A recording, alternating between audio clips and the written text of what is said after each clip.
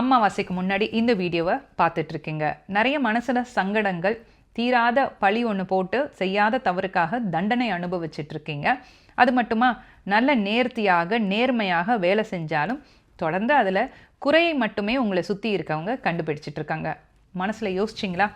உங்களுடைய குலதெய்வமும் உங்களுடைய முன்னோர்களும் அழகாக உங்களுக்காக ஒரு பதில் கொடுத்துருக்காங்க. இந்த அமாவாசைக்கு அப்புறம் நிறைய கனவுகள் உங்களுக்கு வரப்போகுது. பயப்பட வேண்டாம். கனவு அப்படின்னு கமெண்ட் செக்ஷனில் டைப் பண்ணுங்கள். கனவுகள் வழியாக, உங்களோட சப்கான்ஷியஸ் மைண்டு வழியாக உங்ககிட்ட உங்கள் முன்னோர்கள் இனி நிறைய பேச போகிறாங்க. உங்களோட குலதெய்வம் உங்களை வழி நடத்த போகிறாங்க. உண்மை ஒரு நாள் வெளியில் வரும் அப்படின்னு சொல்லுவாங்க இல்லையா? அந்த உண்மை வெளியில் வரத்துக்கான நாட்கள் ரெடியாக இருக்குது. இந்த அமாவாசைக்கு அப்புறம் யார்கிட்ட நீங்கள் பேச போகிறீங்க, எப்படி பேச போகிறீங்க, அடுத்த நாள் என்ன நடக்க போகுது, இது எல்லாம் ஒரு இன்ட்யூஷன் பவராக உங்களோட முன்னோர்கள் உங்களுக்கு வழி நடத்த போகிறாங்க. கவனமாக அந்த கனவுகளை நீங்கள் கவனிக்க ஆரம்பிக்கணும். அது மட்டும் இல்லை, இந்த குறை சொல்கிறதோ அல்லது இந்த பழியை நீங்கள் ஏற்றிட்டுருக்கிறதோ இதெல்லாம் ஒரு டெம்பரவரி, ஒரு சின்ன லைஃப்பில் சின்னதாக வந்திருக்க ஒரு ஸ்ட்ரகிள், அவ்வளோதான். அதை கன்ஃபார்ம் பண்ணியிருக்காங்க. உங்களோட கனவுகளையும் இலக்குகளையும் நோக்கி நீங்கள் போயிட்டே இருங்க. இதையெல்லாம் ஒரு ஓரமாக தூரமாக வச்சுருங்க. அது நடக்க வேண்டிய நேரத்தில் உண்மை நிச்சயமாக வெளியில் வரப்போகுது. இன்னும் தொடர்ந்து நிறைய மெசேஜஸ் உங்களுக்கு முன்னோர்கள் கொடுக்க போகிறாங்க. கண்களை மூடி சுவாசத்தின் மீது கவனம் வைத்து அவங்கக்கிட்ட என்ன பேசணும்னு நினைக்கிறீங்க, என்ன கேட்கணும்னு நினைக்கிறீங்க, உங்களோட குலதெய்வத்துக்கிட்ட என்ன ஆசீர்வாதம் வேணும்னு நினைக்கிறீங்க, எல்லாத்தையும் யோசிக்க ஆரம்பிங்க. உங்களோட சொன்னேன் இல்லையா, நிச்சயமாக முடிவுக்கு வந்தாச்சு. உண்மை வெளியில் வரப்போகுது. அதற்கான ஃபஸ்ட்டு கன்ஃபர்மேஷன் மெசேஜே இதுதான். தொடர்ந்து வந்துட்டு தேவையில்லாத பழியை போட்டு நான் தேவையில்லாத தண்டனையும் அனுபவிச்சிட்ருக்கேன். எனக்கு மட்டும் எதுக்காக குலதெய்வம் இப்படி ஒரு சாபத்தை எனக்கு கொடுக்கணும், அல்லது என்னை சுற்றி இருக்கவங்க எதுக்கு இதுக்காக இந்த மாதிரி என்னை பேசிகிட்டே இருக்காங்க, தேவையில்லாத சிக்கல்களில் போய் மாட்டிகிட்டே இருக்கேன், இந்த மாதிரி எல்லாம் உங்கள் மனசில் எண்ணங்கள் இருந்துகிட்டே இருக்குன்னா இந்த அமாவாசைக்கு அப்புறம் அதெல்லாம் முடிவுக்கு வரப்போகுது. நீங்கள் ஏதாவது ஒரு விஷயத்தில், தேவையில்லாத விஷயத்தில் ஒரு பஞ்சாயத்து பண்ணுறதுக்காக போய் மாட்டிகிட்ருக்கீங்க. ஒரு எக்ஸாம்பிளாக நான் சொல்கிறேன். ஏதோ ஒரு விஷயம் நடந்துகிட்ருக்கு வேறு 2 பேருக்குள்ளே, ஆனால் அவங்களுக்கு நல்லது பண்ணுறதுக்காக ஒரு பஞ்சாயத்து பண்ணுறதுக்காக போயிட்டு இந்த பழி உங்கள் மீது வந்திருக்கா? கரெக்டுனா கமெண்ட் செக்ஷனில் எஸ் அப்படின்னு டைப் பண்ணுங்கள். அல்லது உங்களோட உங்கள் மனசுக்குள்ளே இப்போ என்ன ஓடிட்டுருக்கு அதை பற்றிங்கிறத சொல்லுங்கள். நல்லது செய்ய போயிட்டு, ஆனால் அந்த நல்லது செய்ய போன யாருக்காக நல்லது செய்ய போனீங்களோ அவங்களே உங்களை இந்த பிரச்சனையில் மாட்டி விட்டுட்டு இப்போ ஒன்றும் தெரியாத மாதிரி இருப்பாங்க. இந்த மாதிரியும் உங்கள் வாழ்க்கையில் நடந்துகிட்ருக்கு.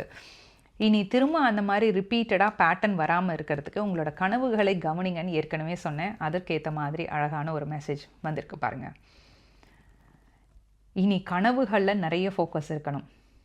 உங்களோட ஆசைகள் மீது உங்களுக்கு நிறைய கவனம் தேவை. ஆசைகள் என்ன?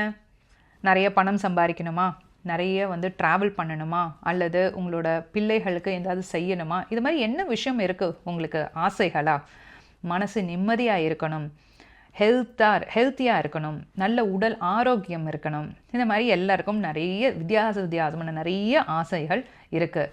அந்த ஆசைகள் மீதும் கனவுகள் மீதும் இந்த வருடத்திற்குள்ளே நான் இந்த வேலையெல்லாம் செஞ்சு முடிக்கணும், வீடு கட்டணும், வீடு வாங்கணும், கடனெல்லாம் அடைக்கணும், இந்த மாதிரி என்ன விஷயங்கள்லாம் இருக்குது, அதன் மீது கவனத்தை நீங்கள் செலுத்த ஆரம்பிக்கும் போது கனவுகள் வழியாக நிச்சயமாக உங்களுக்கான அழகான முன்னேற்ற பாதையை உங்கள் முன்னோர்கள் கொடுப்பாங்க.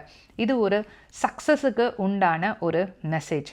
இந்த கார்டு வழியாகவே உங்களுக்கு அந்த மெசேஜும் கிடைச்சிருக்கு. தொடர்ந்து எதுக்காக எனக்கு இப்படி நடக்குது அப்படிங்கிற கேள்வியை நீங்கள் மாற்ற வேண்டிய நேரம் வந்தாச்சு.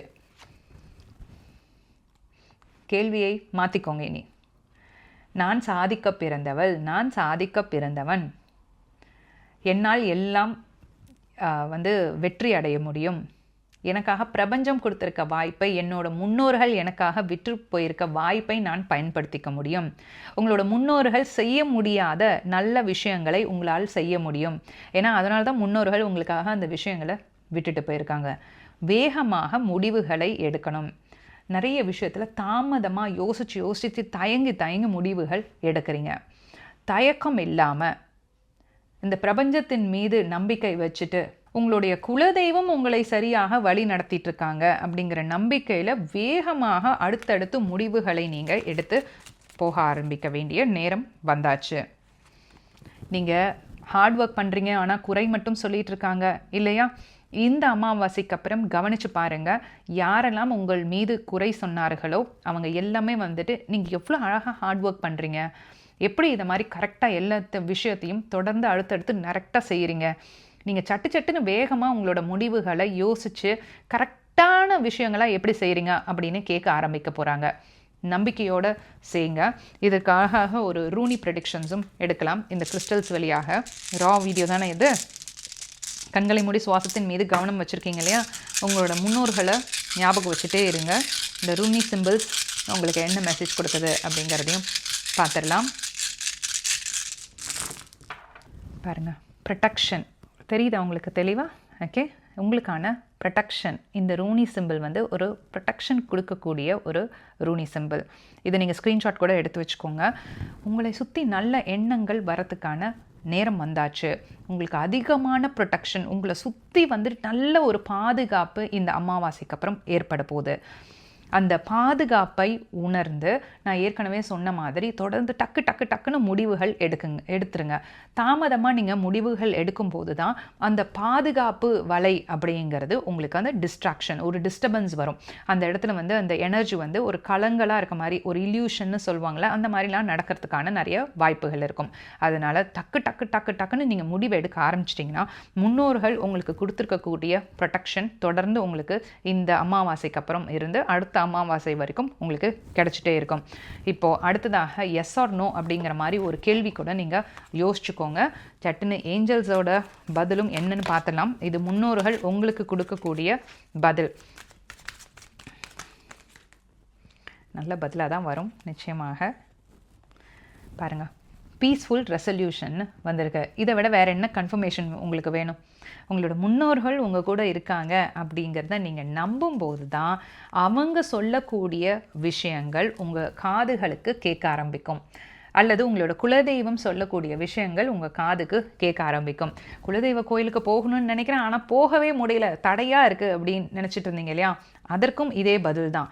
தொடர்ந்து நல்ல விஷயங்களை யோசிச்சுக்கிட்டே வேகமாக முடிவுகளை நீங்கள் எடுக்க ஆரம்பிங்க. இந்த அமாவாசைக்கு அப்புறம் உங்களோட குலதெய்வம் உங்களை நிச்சயமாக கூப்பிட்டு பார்ப்பாங்க. அமாவாசை நாளில் உங்களோட முன்னோர்கள் உங்களுக்கு பர்சனலாக என்ன சொல்ல விரும்புகிறாங்க, தொடர்ந்து நீங்கள் என்ன விஷயங்கள்லாம் நீங்கள் கவனம் செலுத்த வேண்டும், பர்சனல் ரீடிங் உங்களுக்கு அர்ஜெண்ட்டாக தேவைப்படுது, வித்தின் 24 hours உங்களுக்கு கேள்விகளுக்கு பதில் தேவைப்படுது அப்படின்னா கீழே தெரிகிற வாட்ஸ்அப் நம்பருக்கு டெக்ஸ்ட் மெசேஜ் அனுப்புங்க. உங்களுக்கான டீட்டெயில்ஸ் வந்து சேரும்.